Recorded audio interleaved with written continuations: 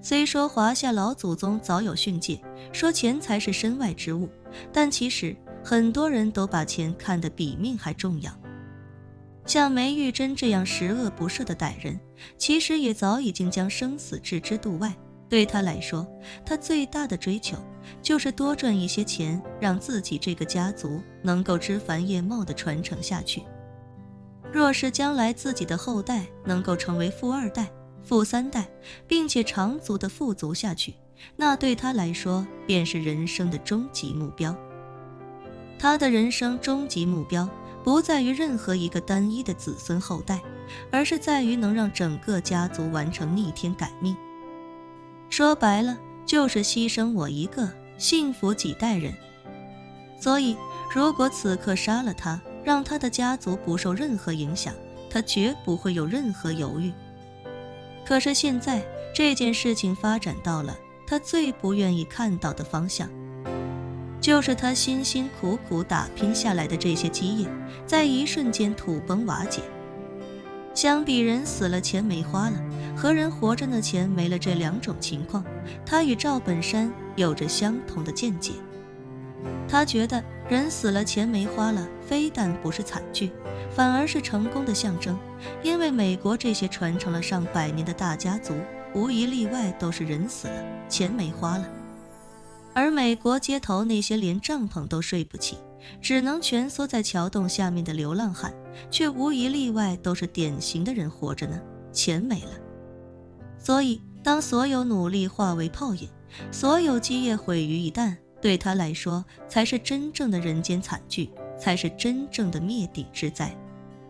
此刻的梅玉珍悲痛欲绝，在把胃里所有能吐的东西都吐得一干二净之后，他跌坐在路边的草地上，抱头痛哭。其他三人没想到，这个不知道害死多少人的女恶魔，竟会如此无助地坐在路边抱头哭泣。某一个瞬间，满进山心里多少有些恍惚。他本以为像梅玉珍这种铁石心肠，同时还将生死置之度外的人，这辈子是无所畏惧的。没想到他连死都不怕，却最怕穷。不过满进山的心里此刻竟不自觉地涌上几分快感。他早就对梅玉珍颇有微词，一方面是这个女人拥有他们这个小团体的绝对控制权，对他们几个从来没有好脸色，每天颐指气使，呼来喝去，甚至偶尔还会动手打骂。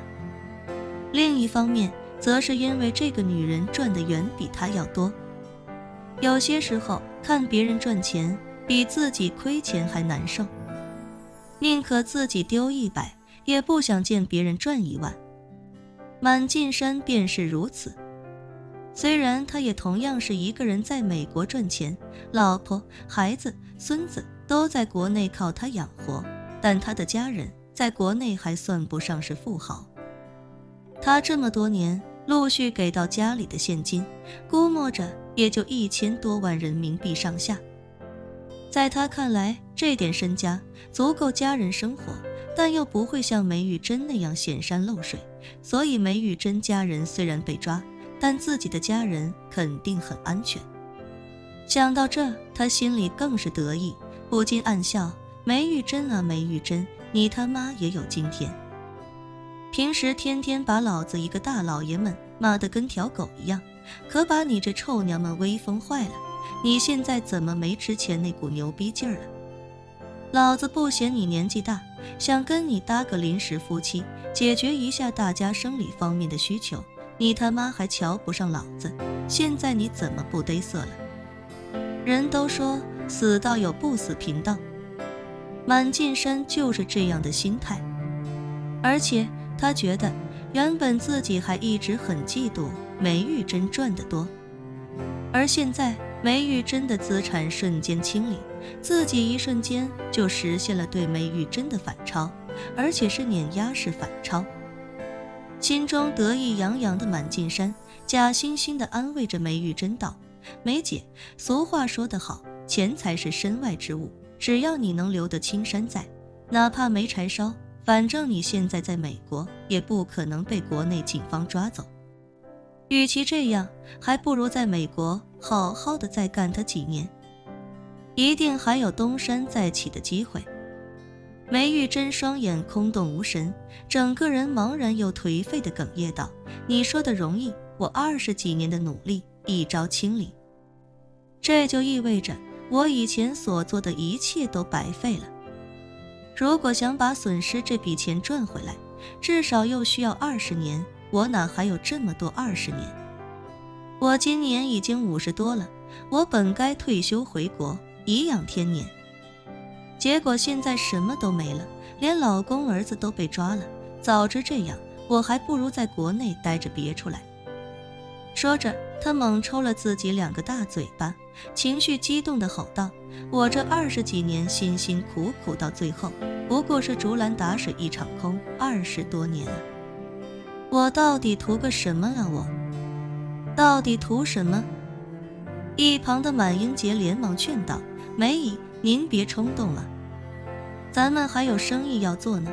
您现在当务之急是抓紧时间多赚点钱，不然将来您老公、儿子出来了，没钱的话也不能东山再起呀。”满进山也点头说道：“是啊，梅姐，洗钱罪吗？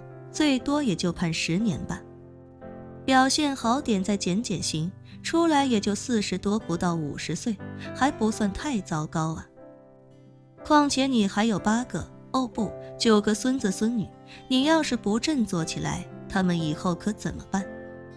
梅玉珍听到这话，忽然一下回过神来，喃喃道：“是的，我得赚钱，还得赚更多的钱，要是能赚到足够多的钱，就移民到东南亚去，再一步步把儿孙都接过去。”说着，他慌忙站起身来，催促道：“上车，赶紧上车，我们得尽快赶到墨西哥。”满进山连忙点了点头，正要搀扶梅玉珍回车上，结果自己的手机也忽然响了起来。他下意识从兜里将手机掏出来一看，发现打来电话的是自己的儿媳妇，只这一瞬间，心就提到了嗓子眼。他不敢接电话，而是喃喃道：“我儿媳妇怎么也打电话过来了？这该不会是出什么事儿了吧？”梅玉珍瞳孔猛地一缩，脱口道：“肯定是出事了。”满进山一下子变慌了，哆哆嗦嗦地按下接听，脱口便问：“海英啊，你咋这时候打？”话还没说完，电话那头的儿媳妇哇的一声哭了出来，无助地说道：“爸妈和学明让警察给抓起来了。警察说他们涉嫌洗钱，还说家里的资产都要查封，这可咋办啊？你能不能尽快回来想想办法？我一个人实在不知道该怎么办了。”刚才还在心中嘲笑梅玉珍，看梅玉珍笑话的满进山，此刻只觉得眼前一黑，整个人瞬间失去意识，直愣愣地朝着地上摔了过去。